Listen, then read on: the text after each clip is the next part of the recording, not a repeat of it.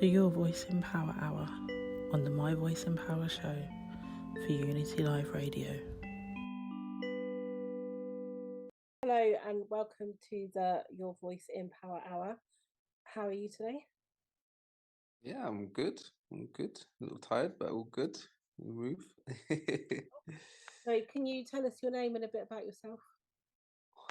Yeah, my name's Louie. A bit about me. So, grew up in Glastonbury. Bring up. um, always been involved in like health and well-being. Kind of grown up in Glastonbury, very spiritual place. So I'm quite a spiritually minded person, I guess. So yeah, what I do, I mentor teenagers in Reading and Bristol, and then I'm owner of a sustainable gym sort of company franchise. Based in Bristol called Life Unlimited Performance, where we do like seasonal personal training for adults and kids. So yeah, I guess in a nutshell, that's a bit about me. Lovely. So, you said you grew up in Glastonbury, and I'm pretty Hmm. sure you just said after that it's a pretty spiritual place. Yeah, yeah, yeah. So, So normally when I hear Glastonbury, I think festivals. So, enlighten me. yeah, so Glastonbury, the town, it's basically it's symbolic for feminine spiritual energy. So there's a couple of different places across the globe that like just hold certain significance, and Glastonbury is one of those places that holds a lot of significance for feminine energy, and I believe Stonehenge's as well. I can't remember what energy that holds as a place. So yeah, there's it's sort of very much known for its spirituality outside of the festival. Um, so yeah, you kind of go there, and I almost describe it as it's almost like the Amsterdam of England. So it's just very like free spirited. There's loads of like rastas and dreads walking around the place, and yeah, it's just that kind of free spirited energy. It's very different to all of the other towns surrounding it as well, because a lot of the towns surrounding it are pretty sort of stuck in one space of thinking, where Glastonbury is very open minded people. But interestingly, the festival isn't actually in Glastonbury. The festival is in a place called Pilton, which is like just outside of Glastonbury. So yeah, Oh, okay. yeah, So, are you yeah, big on spiritual energy and things like that? yeah. Definitely, I think so. Like, I was aware of it, but I didn't practice it as a child. I think it was when I turned about 22. Yeah, Mhm. 22. I started just connecting into my spiritual energy and into spirituality. So my journey into it began as understanding and learn more about law of attraction.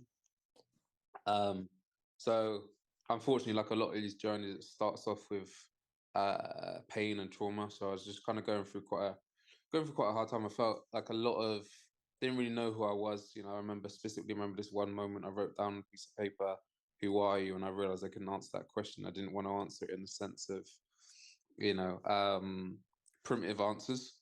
Mhm. I wanted to get into the depth of that, but I wasn't sure of how to do that. Yeah, and then I was just feeling lost, feeling quite lonely at that time. Remember, I went through a breakup with someone, and that affected me. So it's just kind of understanding a lot of these questions that a lot of these questions that I didn't answer previously or didn't know beforehand or didn't think held a level of significance. So I Okay. think it was just like a domino effect. It was like one thing led to another. As a man, because obviously, like Yeah. mental health is a big focus as well, and Hmm. November is coming up, and that's Men's Mental Health Month. As a man, did you find it difficult to get support in that area of your life? Yeah, I didn't get any support. So like that was my own masculine energy and ego. So I was like afraid to reach out and ask people for help. Um, and put myself in vulnerable situations, and that's still stuff I'm working through now. But yeah, there definitely wasn't any level of support was that I felt was accessible to me. So the only people that the only person I spoke to is my best friend, and that's because we're quite like-minded. So he was the only person I felt comfortable to really share those sort of darker moments, I guess. Yeah. And that's big of you as a person to be Yeah, able to say that you didn't reach out because of your own energy and your own ego. So that's yeah, refreshing to hear someone taking accountability for themselves and their actions. yeah, yeah. That's interesting. I didn't think of it like that. Yeah. So do you find that your journey to finding spiritual energy and healing has helped you as a mentor? As a mentor, Hmm. yeah, 100%, 100%. So, um, yeah, I think when was it? So probably when I was 23. I think it was a little bit after being 22 and starting that sort of journey. I felt I wanted to mentor, but I just knew I wasn't ready. Because I didn't know myself enough at that point in time, and I didn't have like the capabilities, um, or confidence to, I guess, to guide someone Okay. in the way that you need to through mentoring. So yeah, I think my spiritual journey just helped me understand the world in a better way, in a more rounded way, and then just see things, stop seeing things as so like black and white. Yeah. Um, yeah, definitely help with that, and I think really helping to listen and to process and to hear, and then right fully remove yourself from that situation as well. So like the listening certainly come within just like the practice of sitting still and just listening to the things going on around you, but not reacting. And then yeah, certainly with the whole like death of your ego, or certain aspects of my ego, certainly just helps me to help grow others. I think because then I came from the space of I could just be more neutral. I think when I Yeah. remove myself from that type of situations. Yeah. So yeah, certainly helps me. Continues to help me now. Yeah, definitely continues to help me now. So So yeah, have you shared that journey with anyone that you have mentored? yeah. Like I share it, and that's I guess that's part of my growth. Mm. Um, is I share it in the way, how do I put it? I make sure I meet people at the level where they're at their understanding. Okay. Um, so like obviously, you know, Roddy's been on here, so he's obviously my mentor. You know him very well. So Rod's that's definitely been his biggest lesson to me. Is like you got to meet people at where they're at. So Yeah. like there's been times in my early days of mentoring where I would just get really passionate, go on a tangent, and then speak to this young 14-year-old kid as if they was, you know, a 40-year-old or whatever, or if they were had the level of understanding that I had. Hmm. About certain things. So then I'd lose them. I'd lose them in their thought process, which is completely understandable. Yeah. So yeah, for me, it's just like meeting them where they're at and speaking in terms and languages that they're going to resonate with. So yeah, I guess I do. It's just subtle. Yeah. So yeah, I'm going to ask you a yeah, tricky question now because obviously you yeah. mentioned Roddy, and Roddy has been on one of the shows talking about his mentoring business. What's it like working Hmm. for him? Yeah, it's good. It's I think Rod frames it in a way and lives by it is that Mm. um don't work for him, we work with him. So Mhm. therefore like he just makes you always feel just comfortable and invited. And then for me, and probably for everyone actually, but obviously I can't speak for everyone, but certainly for me it's way more than just a job, you know. It's we're all friends, we're all close, you know, we also consider ourselves like brothers and sisters. um but then you go there and you're growing so many different aspects of you as a person. Mm. It's not just right, you're rocking up and you're working and you're teaching the kids and you're going home. It's so much more than that. And yeah, it's just a constant, it's always just a vibe. It's always a Yeah. vibe when you're there. And I think that shows with the kids, you know. So it's like, yeah, obviously I can't display too much, but there's certain kids that will only turn up to those sessions. You know, they may not go to school, with all the different stuff that's going on in and outside of school, but they will always be there on those sessions. You know, they even go to on site on their days off just to drop in and say hello, or even after, you know, they finish school and now in Yeah. college or they started working or whatever. they still come down and keep that connection. So I think, yeah, that whole positive vibe really shows and resonates. So yeah, it's amazing. That's great. Yeah. And so you run your own business as well, alongside working for Roddy. How have Yeah. how has that helped you build with your own personal business? How was working with Roddy help build it? No, so what you've learned from working with him and what he gives you as an employee, how have you been able to incorporate that into the business that you've built for yourself?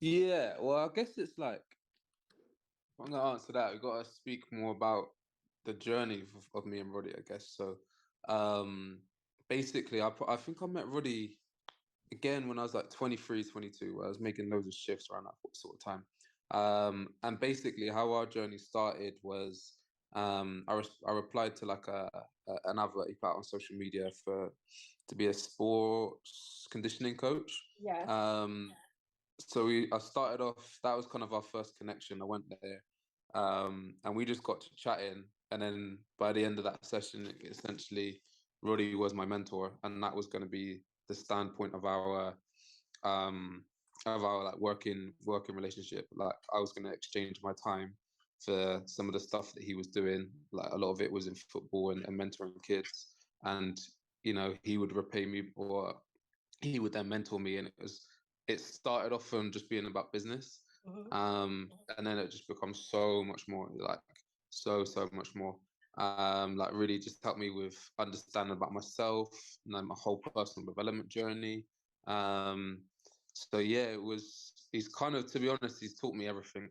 So he taught me the ins and outs of how to run a business, and when I went to him, it was um I was just like, look, Rod, how do I make more money? And I was all about, I was that guy. I just want to make money, money, money. Taught me the ins and outs of that. And then I achieved that goal. And then the journey started. Oh, actually, Rod, I'm still not really fulfilled. Like, who am I? And then so that journey then started. So I guess it was understanding, the biggest lesson was understanding like who you are, what your purpose is, and then how you integrate that into everything you do, including your business. And then the business is like secondary to your nature and way of being. So like yeah, in that way, everything then flows naturally. Do you know what I mean? And then it's integrated. My like personal and business life is like fluidly integrated, where like it doesn't really feel like you're working. See, it does, but it doesn't. Yeah. So I guess that's like, if I had to explain it in the most abbreviated terms, that's probably how I would explain his mentorship to me, and how that's helped me in business. And then I guess to answer the question of actually how is it working for him, under him, and whatnot like that, and how I integrate that in my business.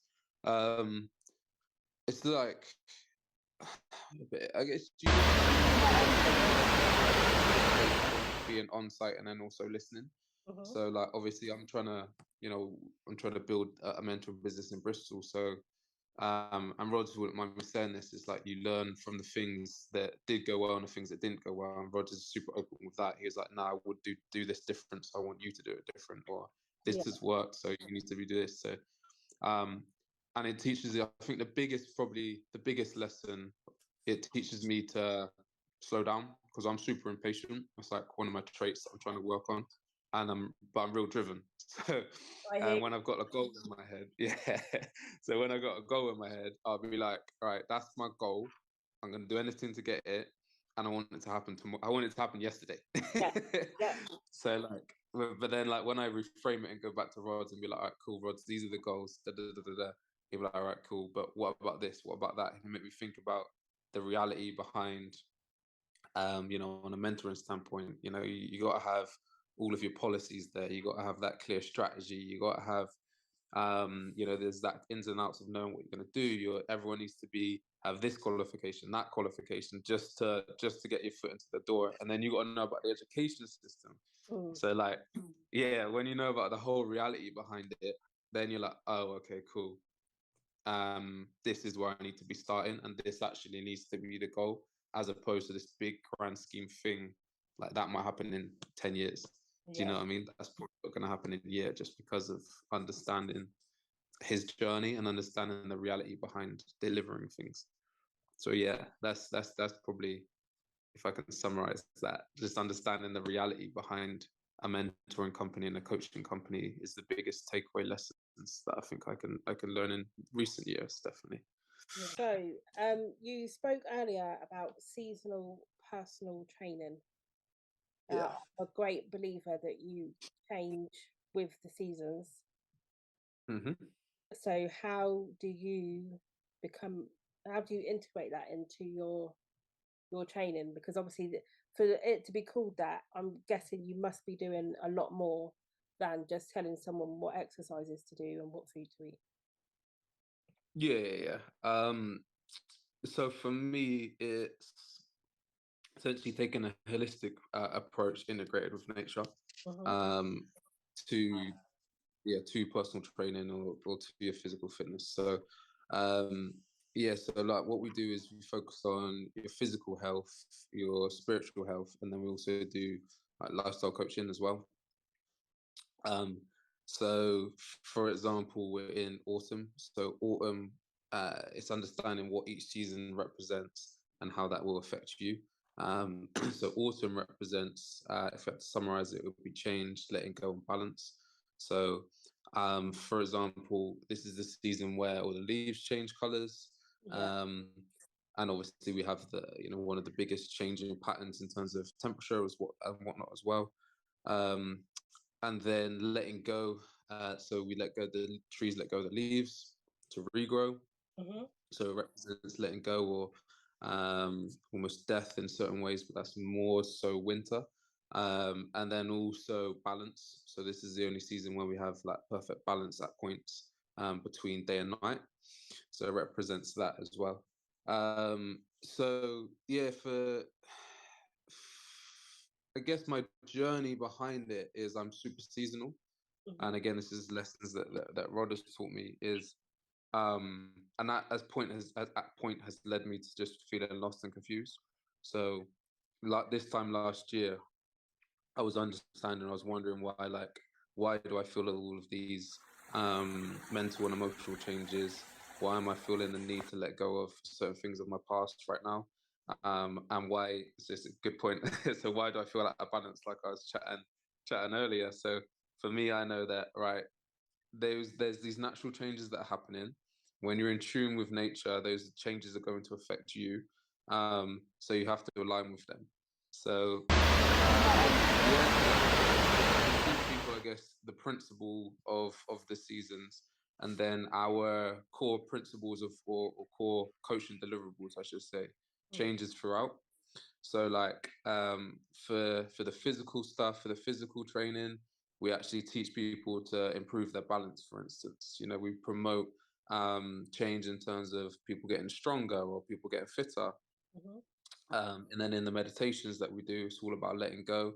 And it's in terms of the lifestyle coaching, again, that's how I have to practice what I preach. It's all about bringing more balance to you, Mm-hmm. and then changing certain aspects of your life that you need to change. So, like, we look at habit changing, we look at behavioral changes, personality trait changes, if that is what someone needs to dive into. So, yeah, it's just adapting, I guess, our core deliverables in tune with that season, and making sure it was always holistic is kind of how I would frame that.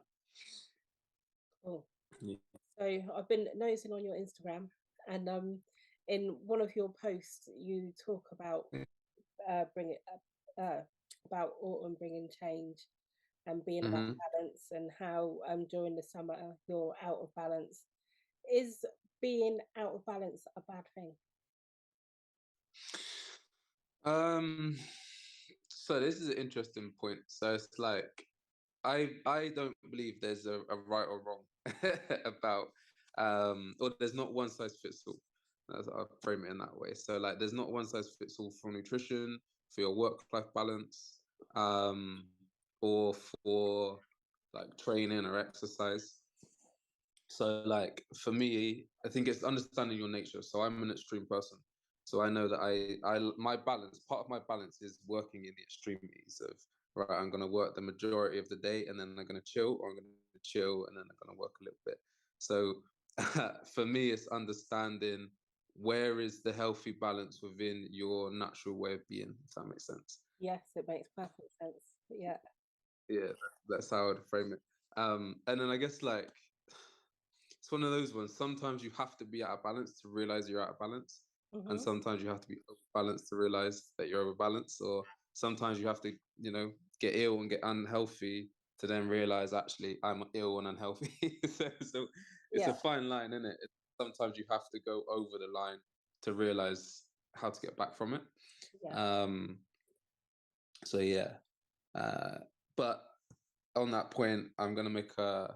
I was gonna post it today actually. Often we react when we're in like the lowest points and when we're at rock bottom. So we wait for like that trauma to become too much to then change. So I'm like trying to actively guide people and do it for myself to make changes when we're in a good space. It's Yeah. like one of my favorite. He's a brain neuroscientist, but he does loads of different stuff. He's a guy called Joe Dispenza, and he speaks a lot on that. He speaks on like we wait for those worst moments in life to change, so then a lot of our change comes from pain as opposed to reacting and changing in a really nice, amazing space. Which yeah will probably lead to better things because you're in a good headspace, right? Mm. Um, but yeah, Yeah. so Yeah. yeah, One thing I try to teach myself is that as well, because before, when I was dealing with all of my trauma, which has been like hmm almost feel like a majority of my life, I've had more lifetime in trauma than I have out. And okay. so, one of the things I've worked on teaching myself is that it doesn't matter if problems arise, because I think you get stuck as well. Like, you get scared to be happy because you worry that something is going to ruin it. But actually, Yeah. the key to everything is it's not about if you have a problem, it's you just have to remind yourself that you can figure out a way to solve it. hmm Yeah, yeah, Difficult, but yeah. I get that. yeah. I get that. Yeah. I guess the tricky thing and the space within that is when you're in the depth of a problem, you then feel powerless, right? Yeah, if you So don't therefore, what's that? if you don't know the answer. Yeah, of course. Yeah. But like, so you may even feel powerless to go out there and get the answer, for example. So therefore, the solutions is challenging. Do you know what I mean? So it's like, yeah. So therefore, and I guess the answer really is to reach out and to ask for guidance and help. Um, if you don't have those resources, right? Yeah, but sometimes the answers are within you as well. Yeah, yeah. Yeah, the answers are always within you. Like we have the answers to everything. Yeah. It's just access that. But I think we operate on quite, in general, we operate on like a lower vibration. That Mhm. that the majority of those things are quite hard to come around. Yeah. Um, but yeah, no, I get that. I get Right. So we that. know now that autumn for you is about bringing balance. Summer for you Uh-huh. being out of balance. Or what does winter and spring signify to you? Yeah, so spring's my favorite season, but winter is my least favorite season. Feel you? So winter from what's that? I said I feel you. Yeah. Yeah, yeah. um, so winter is representation of death. It's representation of like introspective looking at yourself or reflectiveness. Um, is and stillness is the main thing that kind of teaches. So it's that time of year where everything becomes dormant Hmm. and things, growth naturally will hibernate and slow down and whatnot like that. So as humans we tend to do the same thing. So the reason why winter's been quite a challenge for me is just practically I don't like the cold. um so like yeah, it's that time of year that I just don't like being outside basically. So therefore Yeah. a lot of my connection to nature will become lost and da da da.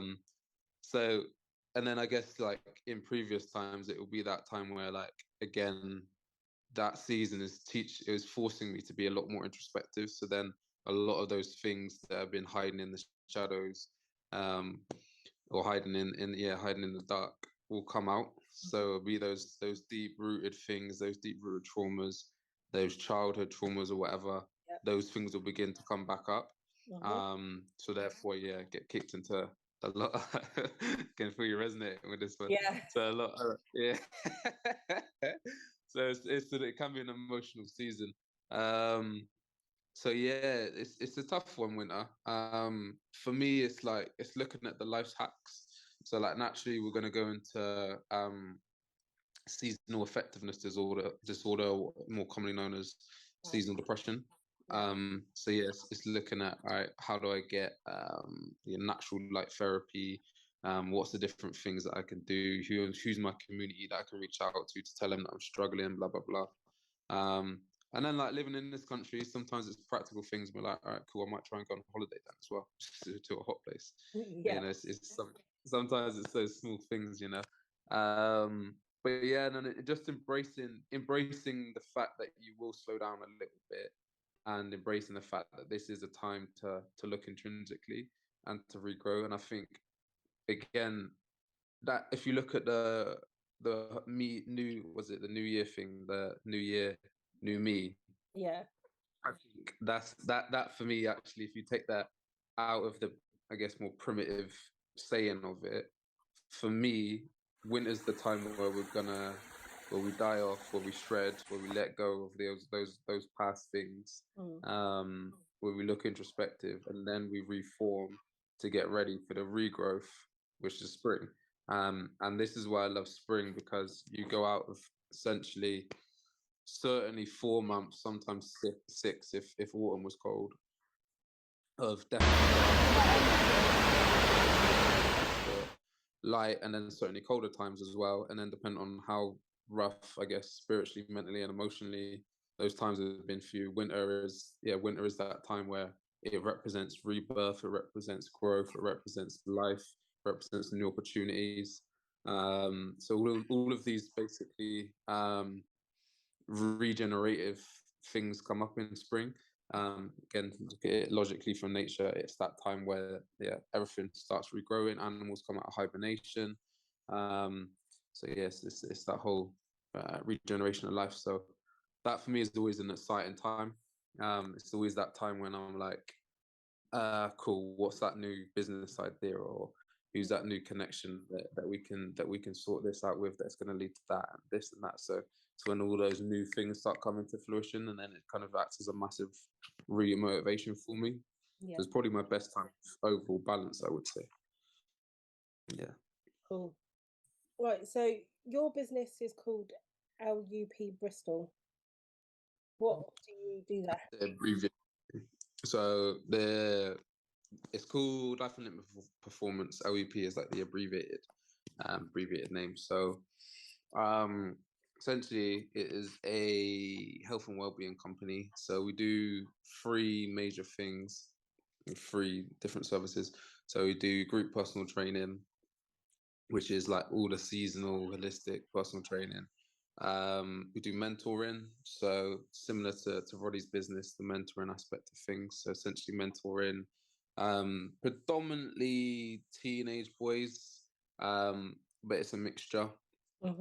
So that's kids that are kind of struggling with the education system. So they're kind of at alternative education provisions, or they're kind of in and out of the schooling system. Do you think? Okay. Sorry. Yeah. That's so good. That's all right. And then like the final, I guess, demographic of people that we work with is we work with corporate companies, or just companies in general. It's kind of like our corporate what do you describe it, like string of the business. So like with that, we do online personal training with them, and we also do like nature connection walks around their local area. So kind of a bit of escapism for them, I guess. Okay. And So, I noticed on your social media page that you hold is it a women's circle? Yeah, so I guess to talk about the space itself a little bit more. So um it's essentially, we're situated in a place called Windmill Hill in Bristol. So it's like an inner city fun. Mhm. Um in like the kind of one of the biggest spots in South Bristol. Um so they are a sustainably driven sort of charity whereby they've got loads of different animals on the farm. They've got loads of different like in-house businesses. They kind of grow all of their own food. So everything that they have in the cafe is in season and whatnot. So they're a real cool charity. So I'm one of the in-house businesses. So our Oh, building was built by a sustainable company called Earthwise Construction. mhm. So we just got like a little studio within our sustainably built studio. So inside the studio, we kind of gear everything towards what's called biophilia or biophilic design. So we've got loads of plants in there. We use like natural incense and whatnot like that. So it gives you the feeling that you're outside but inside. So it's kind of that whole holistic, nature-based, sustainable approach here. So it's pretty cool. So yeah, that's the building, and then everything that we do inside of the building needs to fall in alignment with what we're doing. Mhm. So like we have, we've got yoga teachers coming in and doing their thing. We've got handstand coaches again as a alternative. We've got different spaces for handstand coaches doing stuff.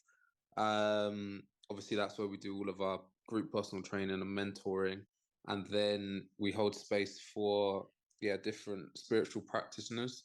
Mhm. So our main in-house business, our practitioner that we kind of partner with is a lady called Tessa Blackman, and she has a business called Think Emerald. So once a month they hold a women's circle event. So yes, it's really cool. They've done like sound healings in there and whatnot before.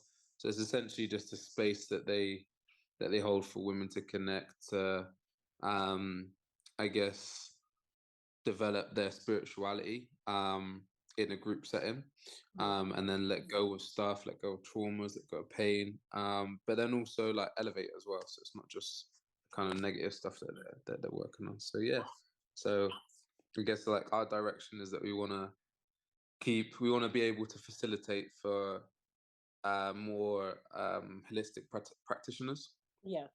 And then my side, like I want to be able to, um, I guess, hold more and more space for people of ethnicity as well. So like, other coaches to go over there that look like you or I to grow and elevate their businesses as well, and then Mm. yeah, do more stuff for people that wouldn't necessarily have the same accessibility that Yeah. other people have. So like, yeah, I feel like as a facility owner and as a business owner, it's almost like my responsibility to help support people Yeah. in that way as well. So yeah, yeah, that's kind of in a nutshell. Again, that's what it is. Lovely. Well, thank you very much for coming on. It's cool. Thank you for having me. Yeah. Thank you. Yeah. Right. Before you Cool, cool, cool. go, I need four of Uh-huh. your favourite songs, please. 4 favorite songs. Mm. So my all-time favorite song is Bob Marley, Redemption Sound. Yeah, that's like top number one, 100%. Then Notorious B.I.G., Juicy, another classic. You know what? Not many people choose that one, yeah, but I love that song. That's Oh one of my my god. favourites. Yeah, go on, sorry. Yeah, 100%. 100%. Um, then I love garage music as well. So Yeah. there's so many garage songs to pick from. But I'll probably go with ooh, I'll go with I love song Garage Girls. I can't Yeah. remember who sings it now. Yeah, it's a rhythm. I love that song. And by the Marley Family again, another classic. Welcome to Jamrock by Damian Marley. That song is those songs there. The songs I never skip.